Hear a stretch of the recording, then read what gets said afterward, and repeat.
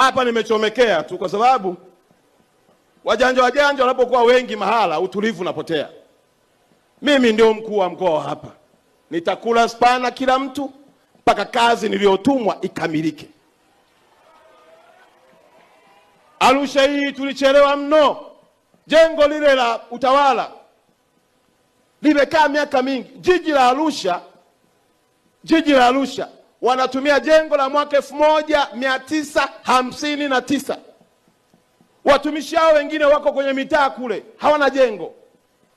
Na lengo lilikuwa hata hiki tulichokianza kukijenga alitafuta namna na kenyewe kipigwa marufuku kisimame.